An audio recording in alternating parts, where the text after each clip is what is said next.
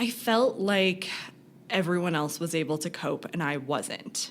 Because that's what we present in the workplace, right? People present that they've got it all together, and very rarely do we say, oh, this is a bit much, because we don't want to seem weak. We don't want to seem like we can't hack it. You're listening to the Small Business Mastermind, a podcast created by Olympia Benefits to help small businesses juggle business, finance, health, and wellness. I'm your host, Morgan Berna. Can you relate to this feeling? You're exhausted emotionally, physically, mentally. You can't get yourself motivated.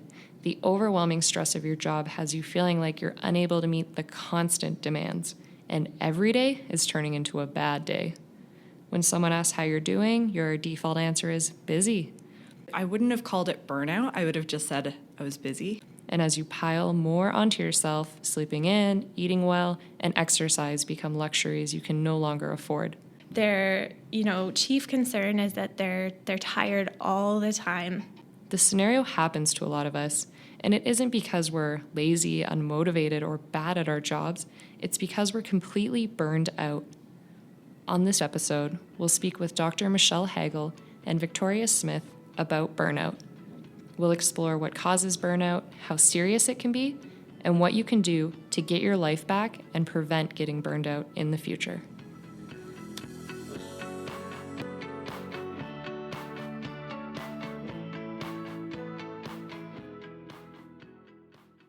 Our conversation begins with Dr. Michelle Hagel. Thank you so much for being here with us today, Dr. Hagel. Thank you for having me. Dr. Michelle Hagel, ND, graduated from the Canadian College of Naturopathic Medicine in Toronto, Ontario. Prior to this, she completed a Bachelor of Science with a concentration in neuroscience from Bishop's University, where her interest in the mind-body connection grew. She believes that understanding and treating the root cause of illness is key to healing, and that optimal health is feeling your best in all areas of your life, not just being free of illness. Let's kick off today's episode with simply, what is burnout? Great question. So burnout is when the body has been exposed to a lot of stress and is no longer able to cope. So there's a physical, mental, and emotional exhaustion. A lot of people complain of a reduced sense of accomplishment and a loss of personal identity. So that is one of the best ways to define burnout. From a more scientific approach, what happens is when we experience prolonged stress, specifically our adrenal glands in our body release stress hormones, cortisol, norepinephrine, adrenaline, in response to stressful situations. When these stress hormones are released, this engages kind of a fight or flight sense. Now, when those happen, we're meant to fight or flight out of that situation. But what's happening is people are often experiencing this for a prolonged period of time, leading us to burnout because the body is not meant to experience it for a length of time. It's supposed to fight or flight out of that situation and then go back to a relaxed state. So would it essentially be then this chronic stress is kind of throwing our hormones and our neurotransmitters out of balance? And then we're just not going back to a baseline. We're staying at the elevated state. We're staying at that elevated state. So this a lot of people will find that they might have trouble waking up in the morning. In the afternoon, they have that lull where they need that second cup of coffee or third cup of coffee. And then right as they're going to bed, they're experiencing this tired and wired sensation. So they're exhausted, they've been tired all day, but they just can't go to sleep. That is very common. That's the stress hormones just kind of continuing to brew through our bodies. The other thing is that it can actually manifest in the middle of the night.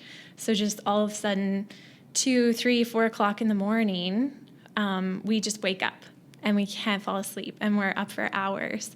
That's just the imbalance of our stress hormones. So very common with burnout. So it would affect our sleep patterns as well then? Absolutely.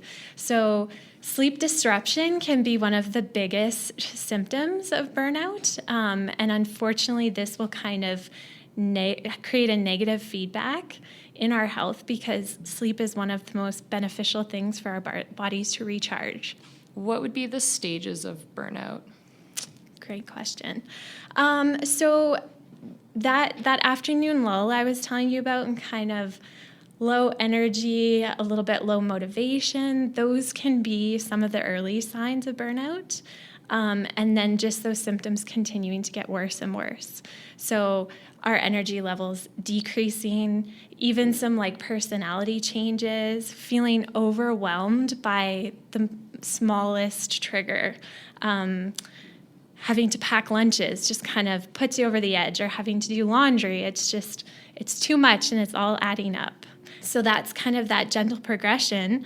And then full-on burnout or more extreme burnout, we get to this point where we're experiencing brain fog, we can't concentrate, nothing feels like, we don't feel like ourselves. Our personality changes, our accomplishments in the workplace or even at home just aren't to par where we used to be.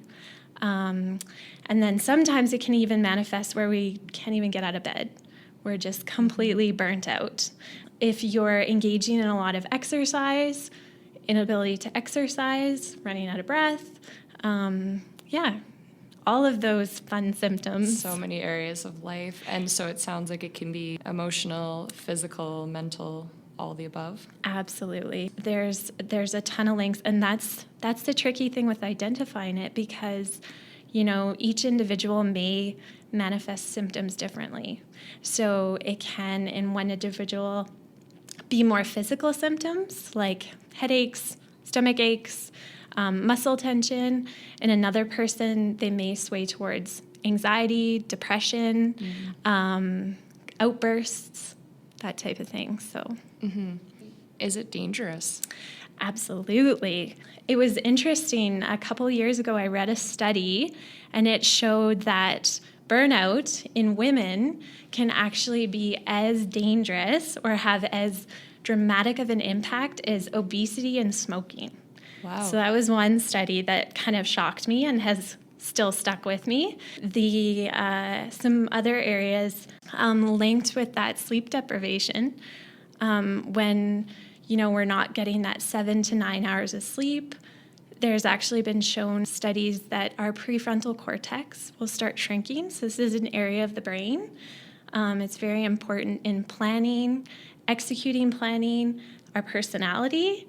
So those areas that I talked about in their symptoms, it's actually having a physical manifestation on our brain. So very dangerous. And then, and I mean, it may be that it doesn't come up on any lab work. Like you go to your doctor, you have that complaint, doctor runs lab work, everything looks good. So in that way, it doesn't look dangerous, but definitely having an impact. Another pretty significant fact is those stress hormones that I mentioned earlier, they're one of the most potent immune suppressors. So when we're constantly releasing those stress hormones, our immune system is going to be depleted, and we're not going to be able to fight off things. Oftentimes people are complaining, after Christmas time or a significantly stressful time, they get sick after. Well, it's because that immune system has been suppressed, and whatever viruses, bacteria, anything that we've been exposed to, we can't fight it off any longer. So our nice vacation trip down to the beach might not be so fun. Exactly. That's when it's just finally going to hit us. So, and then actually even more so, now this is pretty extreme, but in the long run, over a long period of time, we've even seen a link with a lot of autoimmune conditions. Oh. And that's the same thing, right? Just something affecting the immune system for so long. It sounds like it manifests in so many different ways that someone probably doesn't know that they're experiencing burnout. What are some of the main symptoms someone will come into you mentioning before you kind of give them that diagnosis?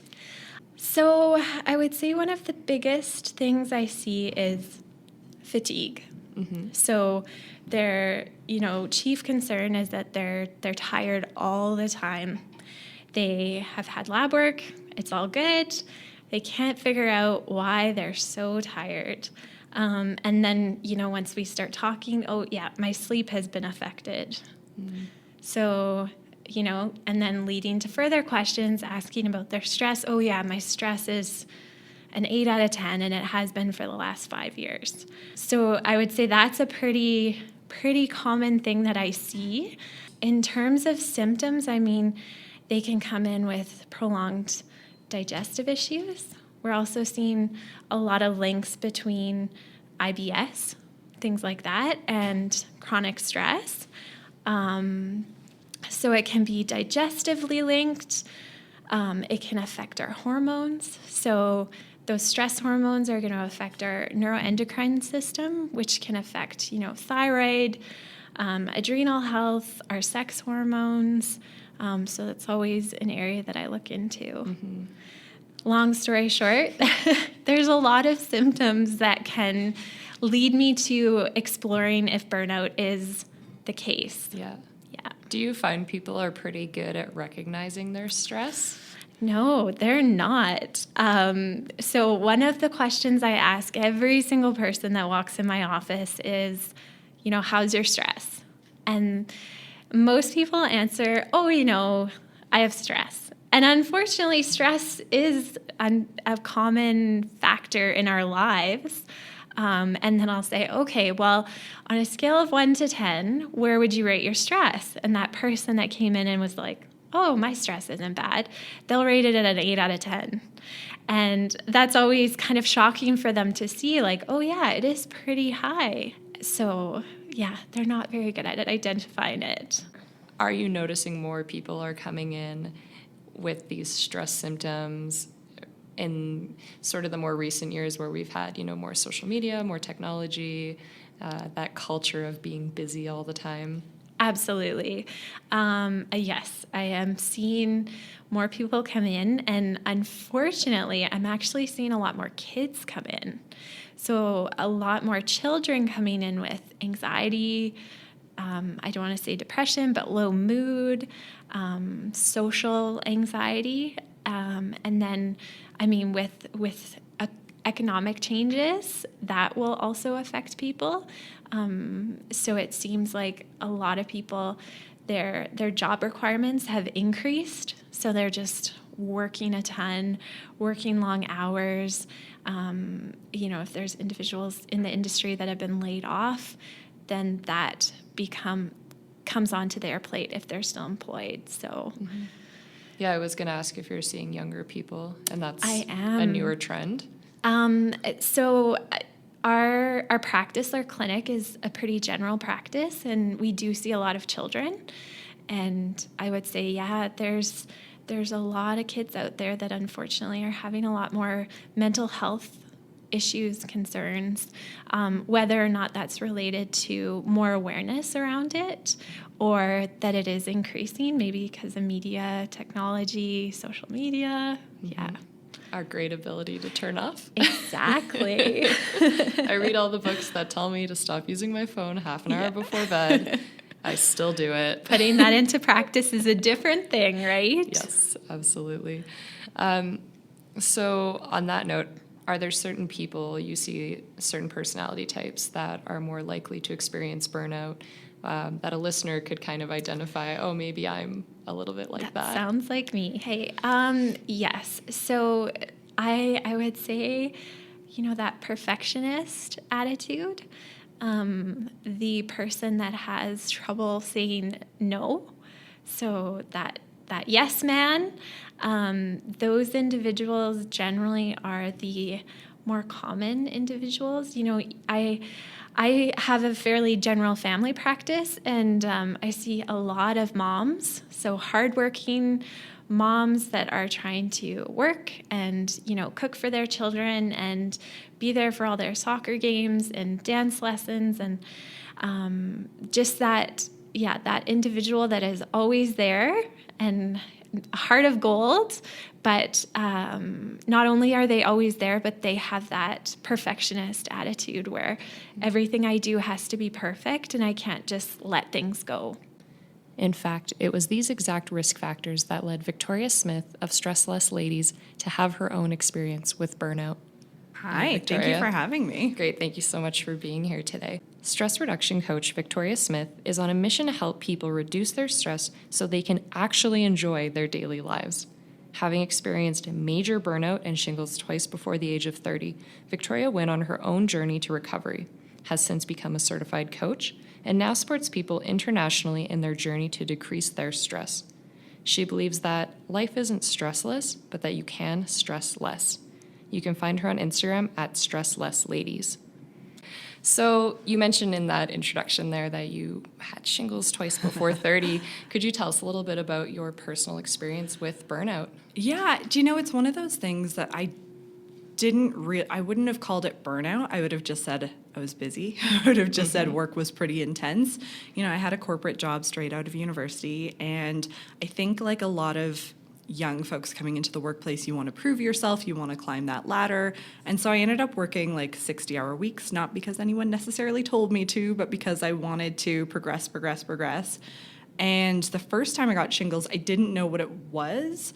Like, I didn't recognize that I needed to go to the doctor for it. Like, I have eczema anyways, so I just thought it was a different kind of rash. Maybe my detergent was a little odd. No. And then the nerve pain started, and that was like I was off work for I would say I was off work for 2 weeks, and yet because I was in that cycle, I was like working on my laptop from home when I should have been resting. And then, no surprise, I didn't let myself heal properly. And then about a year and a half later, a bunch of very stressful scenarios sort of converged in my life. My parents were getting divorced. I was pregnant with my first kid. Work was doing layoffs, and I got shingles again while pregnant, which kind of sucks. But I was able to catch it earlier. So that was really the wake-up call that I didn't clue into the first time. Did you realize that you were experiencing chronic stress, or did it just kind of feel like it was just the way your life was at the time? I felt like everyone else was able to cope and I wasn't, because that's what we present in the workplace, right? People present that they've got it all together, and very rarely do we say, oh, this is a bit much, because we don't want to seem weak. We don't want to seem like we can't hack it. And so I very much just thought I was not able to cope with what everyone else was able to. So I wouldn't have called it burnout. I would have just said, I'm not hacking life. Yeah. Looking back, did you notice a time where the day-to-day stress had started to become constant when you look back on that experience? 100%. When I look back, like, I would cancel plans with friends all the time because I was just so exhausted at the end of the workday. I would skip breaks. I definitely increased my caffeine consumption during that time. I got less exercise because I was, again, just so drained at the end of every day. And I noticed the tipping point when I kind of started to think, oh, I'll just stay at this job for another year until the bonus comes through. And then the bonus comes through. I'll just stay at this until X happens. And I just kept making these sort of false targets to reach to kind of prolong the experience, because I just wanted that next thing. And instead of just saying, hey, I'm not happy, I'm not feeling good, I'm stressed out the way I am right now, maybe that's a sign to like cool things down. Were you feeling then, it sounds like a pressure to stay there, something to prove? I think most people do, right? Like, whether, like, I was younger at the time and just newly married and, you know, didn't have like a house or anything to pay for, but when you're older, then you've got kids and day home to pay for. Like, we all have these different pressures and reasons to stay at different points in our lives. So I think it's important to realize that those will never go away. So you have to kind of make a decision for yourself. Am I going to reduce my stress? Because there's never going to be like a good time to calm down, like, you know. So you noticed you got the shingles eventually. Leading up to that, were you noticing a lot of things going on with you, with your body, with your mind leading up? Oh, yeah. Like, I cried a lot more than normal. I definitely was sick a lot more. Like, I would just catch the common cold. Like, anything that was going around the office, I would catch it. But I would work from home on my laptop instead of, like, just resting. I definitely just didn't have the same kind of joy and like effervescence for life that I normally do. Like I was a huge traveler before, like all that kind of excitement just diminished a little bit. So, yeah. And you said that you stopped making plans with friends. Do you feel like the people around you were noticing how you were acting different? I think probably initially they were just irritated that I was canceling on plans all the time, but I think I also wasn't sharing with them how stressful my work was because they all had, you know, pretty decent jobs as well, and they didn't talk. Even with your friends, you don't always talk about how stressful things are, and so I just didn't want to feel less than, and so I didn't share the same way. Like, I think the first time I properly shared was with a coworker who I really trusted, who then encouraged me to go to counseling. And that was like the game changer for everything. Because I mean, shingles, you can take the antiviral medication, you can take some rest, but if you don't actually fix what's going on inside, like that's why it happened a second time. So yeah. I've seen some quotes online where people say busy has become our new sort of buzzword. Instead of when someone asks you how you're doing, instead of now saying, oh, I'm good, we all go, now I'm busy. Yeah. Were you doing some of that? 100%. And I had a job doing event management as well, which is fairly chaotic because it's one of those areas of a company, whoever's planning the employee events, that anything can go wrong, and it's usually something outside of your control. It's another vendor. And so that just added to like my daily stress, right? Absolutely. Yeah. And so you went through this burnout period, and then how did you get into the stress reduction coaching? I really took my maternity leave seriously the first time with my son. Like I said, my parents have been getting divorced after like 30 some years together, and I had the layoffs at work, the shingles, and I knew that I wanted, having come out the other side of it through a lot of counseling, changes to my own health experience and habits that I had every day. I knew I wanted to have a career that was my own, that I could control to some degree. As most entrepreneurs know, you can't control everything. Yeah. But I also wanted to do something where I was giving people the same relief that I had experienced. And not everyone's comfortable going to see a counselor. But coach is something that people kind of feel a little bit more in control of. And coaching is more about giving you those actual tangible tools and skills. It's action-oriented, whereas counseling is more reflection-oriented. There's always a bit of reflection in coaching, but I find it's much more accessible for the average person in that regard. And so I started doing my training on that first mat leave. I loved it. I was just doing it part-time when I went back to a different job between babies. And then on my second mat leave, I really just was like, I think this is going to be a full-time thing. I just love it so much. Yeah. And you mentioned a feeling of relief. What was that like for you? I think it was just realizing that I didn't have to keep doing what I was doing. Because in the moment, if you're in a chronic state of stress, it feels like that's the way it will always be. And you don't see the light at the end of the tunnel. So when you finally do, you're like, oh, this is what life can be like.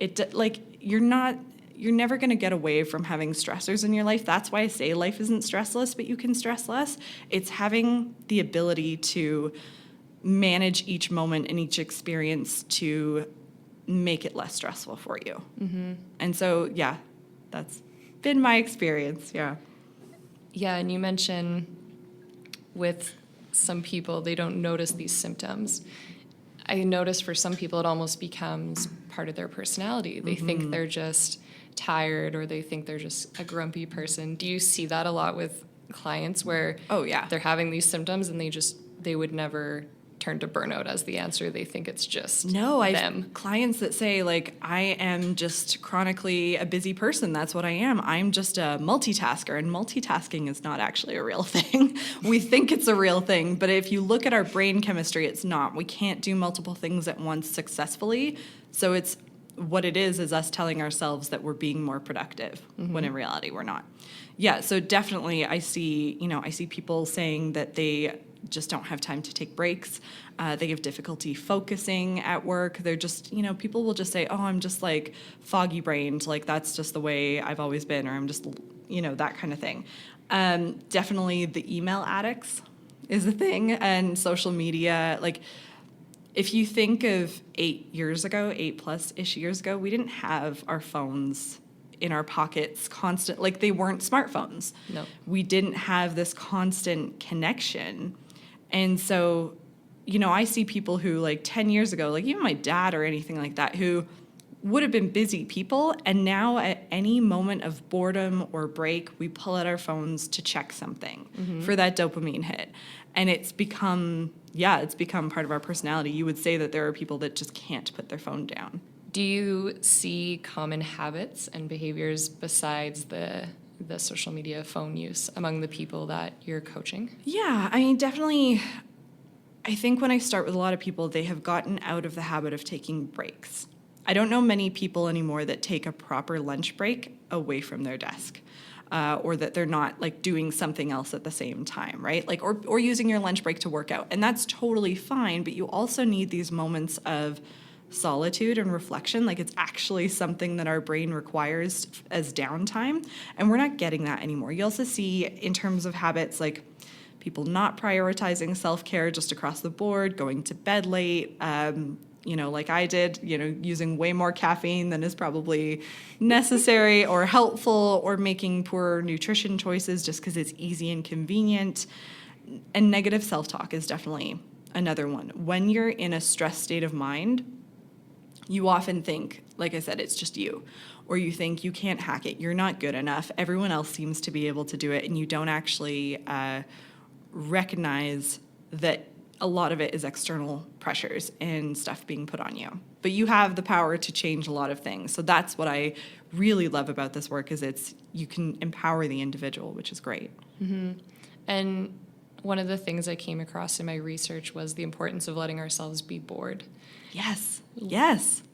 It's like I said, we've gotten so used to filling those gaps. And I'm reading this really great book right now called Digital Minimalism by Cal Newport. Have you read it? No, I haven't. Oh, everyone needs to read it or listen to it or whatever.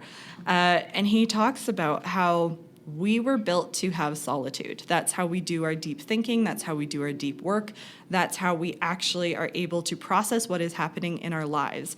So right now, with our phones and with emails and internet and everything, we are just getting this constant stream of data and information. Whereas if we actually take moments to be bored, even if it's like, I know it sounds dumb, it's like, well, it's only 2 minutes waiting in line. Well, that 2 minutes can just be taking some deep breaths, thinking about what's happened today, processing it. Your brain is a computer, basically. Like, it needs that time to process. And so if you're constantly putting data in, like, think of a computer that like overheats. You need to let the fan start up. You need to let things cool down. If you don't take those moments, you're going to burn out. Yeah. And for especially small business owners, for the creativity, if you're not taking that moment to let yourself be bored and let your mind wander, I imagine it can be difficult to then kind of innovate with your business and come up with refreshing new ideas. Yeah, because then you go into reactive versus proactive mode, and that in your business, in your life, in everywhere. So I think a lot of small business owners who are feeling that burnout, they're focusing on client inquiries that are coming in. They're focusing on dealing with their employees. They're focusing on revenue, like day to day. Not that stuff's not important. I'm an entrepreneur. I totally understand that. But where's the strategy? Where's the forward thinking? Where's the keeping top of mind where you want to go instead of fighting fires on a daily basis? There are periods for all of us, right, where it's just like, this is my busy month. Like, this is where I just have to be reactive. But then you have to be able to switch back into that somewhat balanced approach, right? There's got to be a bit of yin and yang to it. Mm-hmm.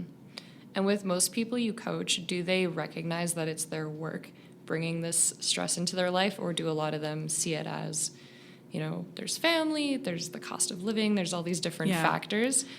Do people sort of navigate towards one as being the cause? There's always a bit of everything, right? Like, we all have our own.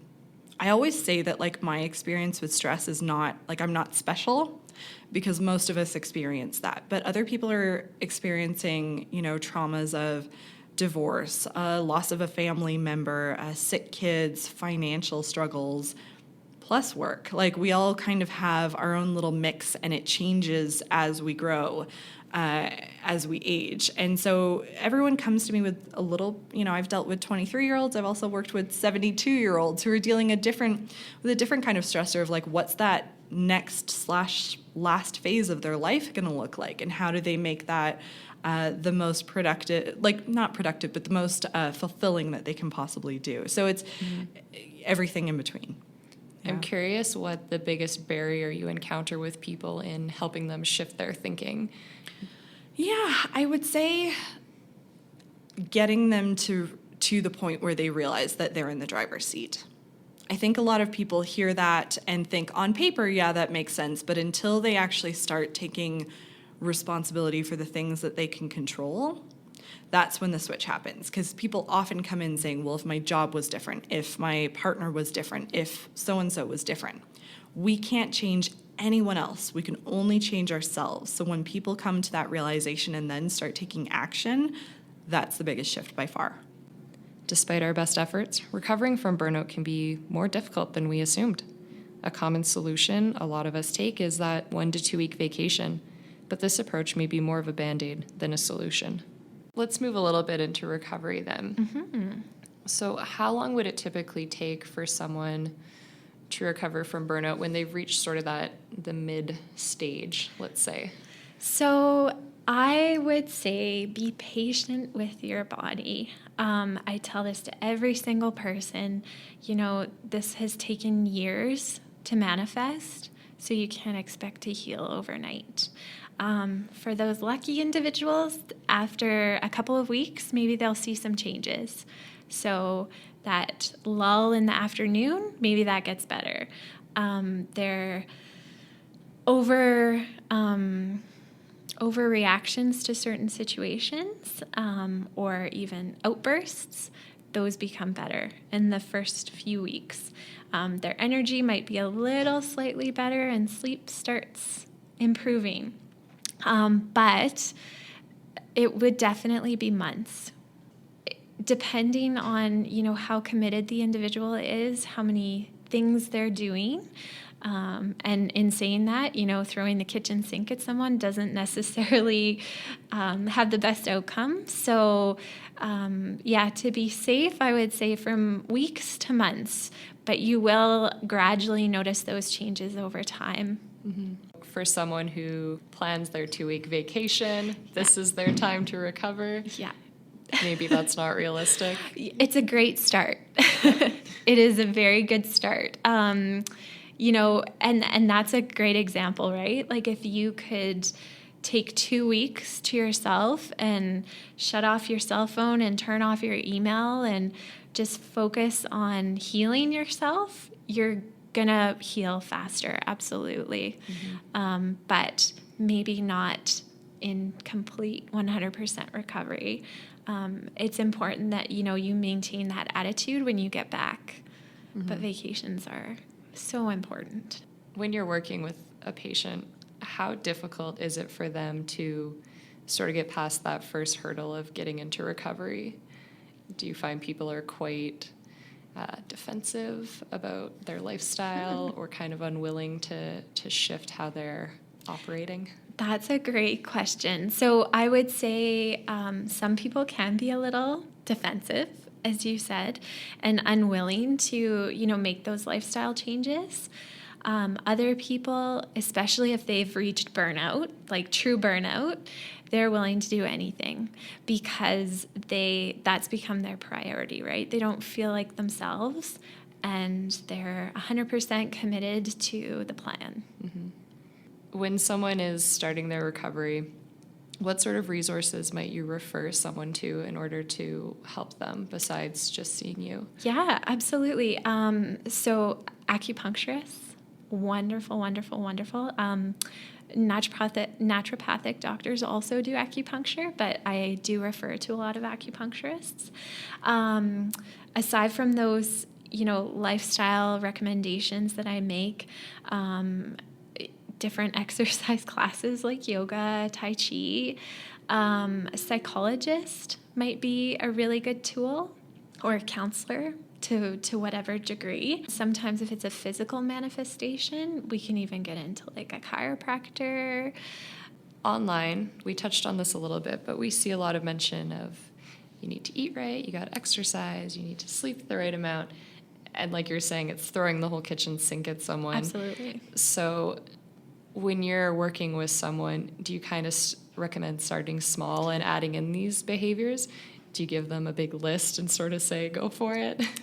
It depends on the person. So that person that is, at 0 out of 10 energy, it's not realistic to give them a huge list and be like, okay, start this tomorrow. But individuals that are highly motivated and they're like, I want to do everything.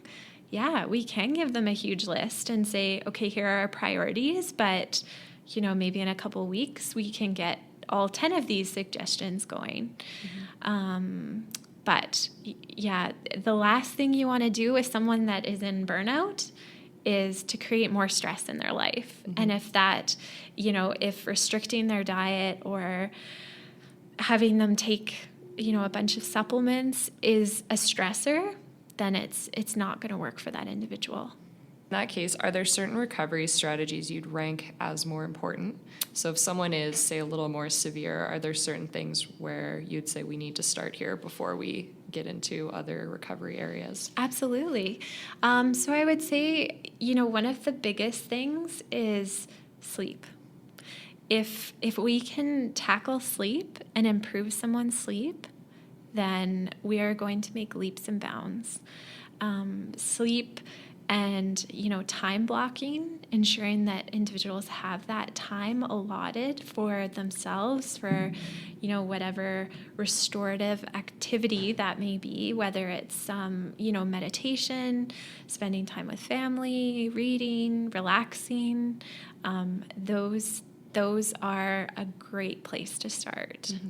And I imagine for a lot of people, sleep is one of the first things they give up to do other Exactly, things. because they don't have time to sleep, right? And that's a tough thing, trying to convince people that they need to prioritize. Sleep has to be number one. What are some things people should stay away from while they're recovering from burnout? So trying to avoid stressful situations. So I know that's easier said than done, but if there are known stressful triggers, that is a really good thing to try to steer clear of for that period of time, right? Again, coming back to diet, so going to that sugar, that processed food, those are unfortunately going to decrease our healing, and caffeine and alcohol on that diet too. So caffeine is one of the unfortunate things that we normally turn to when we're in burnout, but it can be one of the worst things, because what it's going to do is it's going to tax our adrenal glands even further. So I've heard it, one of the best reference I've heard caffeine is that it is a high interest loan on your adrenal glands. So in the short term, yeah, it's fantastic. It's going to give you that energy and even sometimes that concentration and focus that you need. But over time, that's further taxing you. So Once someone they've gone through the recovery, it's been several months, they made changes in their life, how likely is it that someone could relapse back to burnout, knowing that it is related to your brain and your hormones and all that? absolutely. So it is likely. People are definitely more body aware after going through that committed 3 months or however many months of recovery. So generally that relapse, they'll come in and they'll be like, I fell off the wagon, and, I stopped exercising and I started eating this, and I'm up to a pot of coffee a day. And as long as, they're able to identify it quicker, then their recovery is much faster. It's not months. It's much quicker. They have the tools. They just sort of need someone to push them in the right direction and reaffirm what they went through and how, we've supported their health through that process. So, In the context of someone who's like a busy professional, they're at work, I know we talked about sleep as being one of the most important, but in the context of work, is there something you'd recommend someone start doing with their day that they might not be? Yeah, so taking 5 minutes, that's all it has to be, 5 minutes to do some meditation. If you're not a fan of meditation or you can't really get into it, generally that means you need it more. But going for a walk, chatting with someone and having a good laugh. But people feel like, this is such a burden and I don't have time for this, but it just has to start with 5 minutes. So taking that time for themselves. I always, always, always recommend being mindful while you're eating. So this idea of us scarfing down our food while we're at our desk and reading through emails, it's not a very healthy way. That's not allowing our system to get into that parasympathetic system so that we're able to rest and digest. It's just going to further contribute to that stress because our body is viewing it in sort of a survival situation, and that can lead to a lot of digestive issues, indigestion specifically. So that is a really great tool. The other thing I would say is, leaving work at work, if at all possible. Shut off your email, shut off your cell phone. Don't, take work home with you. Really use that time to be, recovering, recharging, not constantly bombarded with day-to-day things. But even if we're armed with all the recovery strategies in the world, if our workplace isn't accommodating, our burnout recovery is going to be a challenge. Even with all these strategies, recovery for employees can be inhibited if workplaces aren't able to adapt to their needs. Yep. When you were experiencing burnout at your corporate job, did you feel comfortable approaching your employer about how you were feeling? So I was there 5 years. I would say I did towards the end. And that was just the specific supervisor that I had was more receptive to it. My previous supervisors and managers, no shade to them. They were fabulous human beings, but they were also men 60 plus, right? And so they'd had a whole different experience. And I don't think I was on my own journey to recovery in a point that I could have said that I could have recognized that it wasn't just me at that point.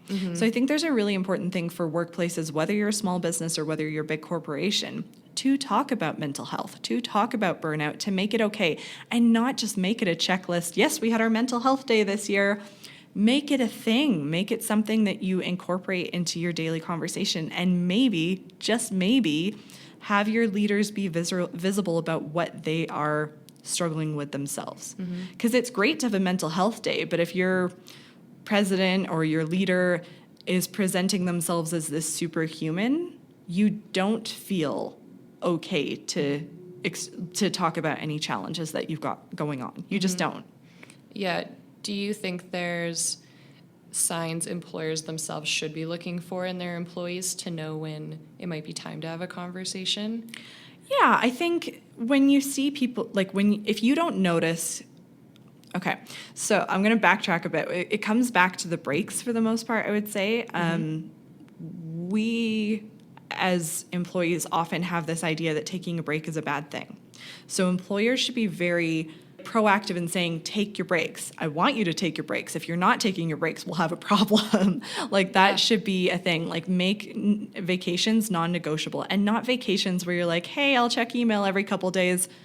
Have the employers say, employers should just say vacations are non-negotiable. You take that time, or you're we're telling you to go home if you don't take that time. Yeah.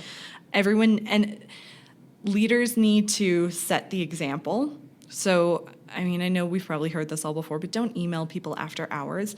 I heard this really great quote by Gary Vee the other day. So if you're an entrepreneur, Gary Vee's the thing.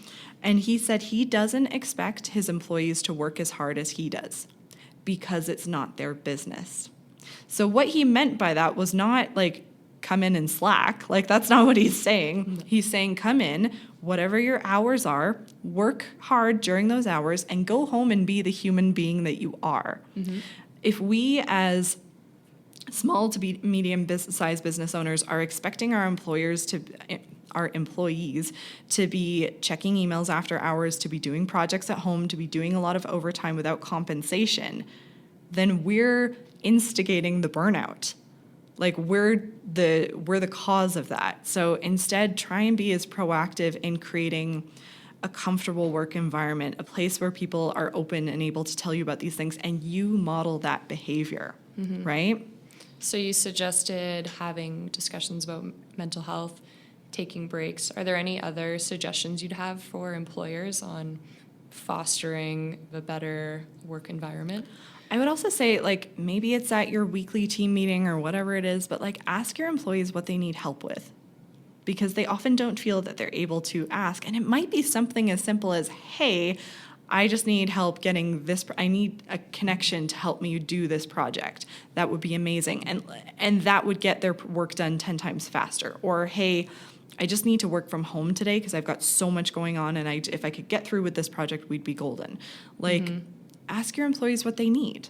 And maybe it's like their chair sucks, so like they're in a lot of physical distress at their workplace. Like, it can be really simple things, but if you don't ask, you're not going to know. You're going to make assumptions, and if you don't ask, your employees are not necessarily going to feel comfortable telling you.